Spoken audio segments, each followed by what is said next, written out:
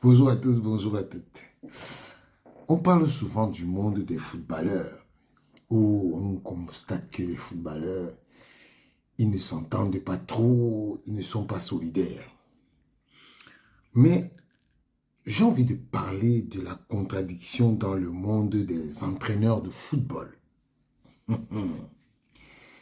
Beaucoup de gens ne voient pas ça, ne s'occupent même presque jamais des entraîneurs de foot. Pourtant, ce sont des entraîneurs de football qui sont responsables des performances des joueurs. Parce qu'en général, quand il y a des problèmes dans les équipes, qu'il y a des mauvaises performances, on ne vit jamais les joueurs, mais on vit toujours les entraîneurs. Le monde des entraîneurs est bien plus compliqué qu'il n'y paraît. Et pour dire la vérité, le monde des entraîneurs, derrière les belles paroles sur la solidarité et l'entraide, la réalité est tout autre. Il n'y a presque aucun soutien entre entraîneurs. Je dis bien, aucun soutien. Quand l'un d'eux échoue, il se retrouve seul. Et oui, il se retrouve seul. Est-ce que vous avez déjà vu un entraîneur avoir le soutien d'un de ses collègues quand il est viré? Et non, presque jamais. Pire encore, certains semblent presque se réjouir de ses difficultés au lieu de l'aider ou de le soutenir. C'est exactement le monde des entraîneurs. Ce qui est étonnant, c'est que ces mêmes entraîneurs demandent toujours à leurs joueurs d'être solidaires et de jouer pour l'équipe. Mais eux-mêmes ne s'appliquent pas ces principes. Leur comportement est souvent individualiste, ce qui va totalement à l'encontre de ce qu'ils prêchent. Vous vous souvenez, vous connaissez les messages des entraîneurs. Quand un entraîneur traverse une période difficile, personne n'est là pour lui. Personne. Au contraire, il doit affronter les critiques ou l'indifférence totale. Vous vous rendez compte? Pourtant, il faut bien comprendre que le travail d'un entraîneur ou d'un éducateur, il faut le dire aussi, est très souvent stressant. Ils doivent gérer de nombreuses pressions. Est-ce que vous le savez? Ils doivent avoir de bons résultats, former les joueurs, mettre en place des tactiques, supporter les attentes des parents, surtout dans les catégories jeunes, supporter même les caprices des joueurs qui ne jouent pas, supporter les insultes des joueurs qui ne jouent pas, parce que il y a des joueurs, quand ils ne jouent pas, ils foutent la merde dans le groupe. Et même les clubs, ils doivent supporter les caprices des présidents. Et même parfois, les caprices de leurs adjoints même parfois. Donc, mais malgré tout ça, on parle rarement de la pression psychologique qu'un entraîneur peut avoir. Quand il y a des victoires, on parle très peu de l'entraîneur.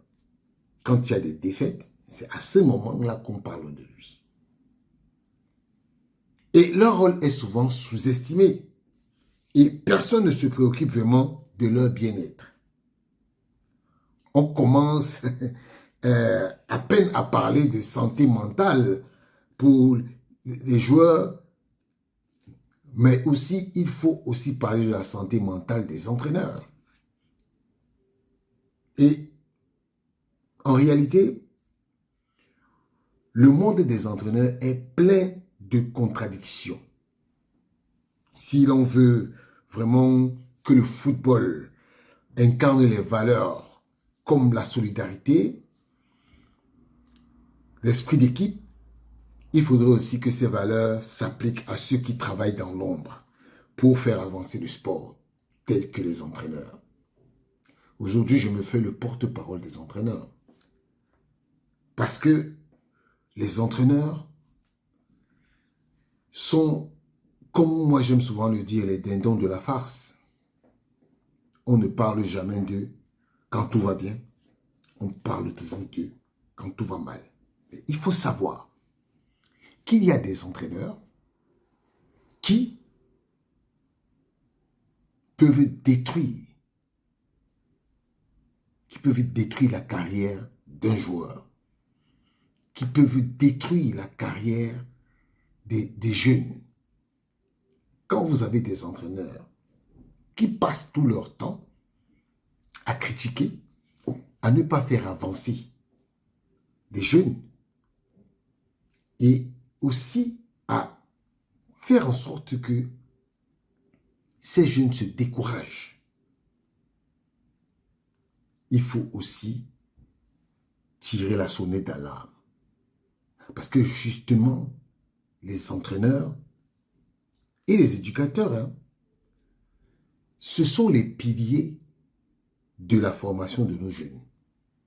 Quand vous avez un bon éducateur ou un bon entraîneur, il vous amène à progresser, à vous mettre en confiance et à faire en sorte que vous ayez une carrière qui soit bonne. Vous vous souvenez, on parle souvent des joueurs qui disent, par exemple, que tel entraîneur a fait en sorte que ma carrière évolue et que j'évolue dans ma carrière, ils n'ont jamais oublié. Je prends l'exemple de Djibril Cissé, qui a toujours pris Giroud pour son père. Parce que, à vrai dire, c'est Giroud qui a formé et qui a donné la confiance à un joueur comme Djibril Cissé. Et aujourd'hui, j'ai pris cet exemple parce que vous regardez un peu ce qui se passe dans le monde du football actuellement. Regardez les performances de Manchester City. Personne ne parle de l'incompétence ni de la faiblesse des joueurs de Manchester City. Mais on parle de qui? On parle de Pep Guardiola. C'est Pep Guardiola qui est à la une. Personne ne vient évoquer les faiblesses de Haaland.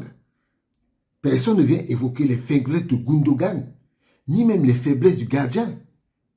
Mais on parle de Pep Guardiola. Je vous prends un autre exemple. Arsenal. Personne ne parle aujourd'hui de l'entraîneur. On parle plutôt des joueurs qui brillent. Pourtant, c'est le coach qui met toute la tactique en place et qui est aujourd'hui suivi par ce joueur. Donc, personne ne parle de Michael Arteta. Personne. Et on parle plutôt des joueurs. On montre comment les joueurs sont fabuleux. Ils sont forts. Quand on voit les Real, on parle de Carlo Ancelotti. On ne parle pas de Carlo. On parle de Vinicius Junior. On parle de Mbappé. On parle de Tchouaméni. On parle de plusieurs joueurs. Mais on ne parle pas de l'entraîneur. Voilà pourquoi j'ai aujourd'hui pensé à eux. Parce qu'il faut qu'on soit clair. Soyons moins ingrats avec ces gens. Parce que c'est eux qui font la pluie, c'est eux qui font le beau temps. Et vraiment, je voulais comme ça parler d'eux parce qu'on parle très peu des entraîneurs. Sur ce, j'aimerais dire à tous les entraîneurs du monde que raison gardée, vous êtes des piliers dans les carrières des joueurs, mais personne ne parle de vous. C'est quand même un métier où on peut voir de l'ingratitude. Voilà. En tout cas, je souhaite à tous les entraîneurs du monde de réussir. Mais c'était une pensée comme ça pour eux parce que on ne pense jamais à eux. Ciao.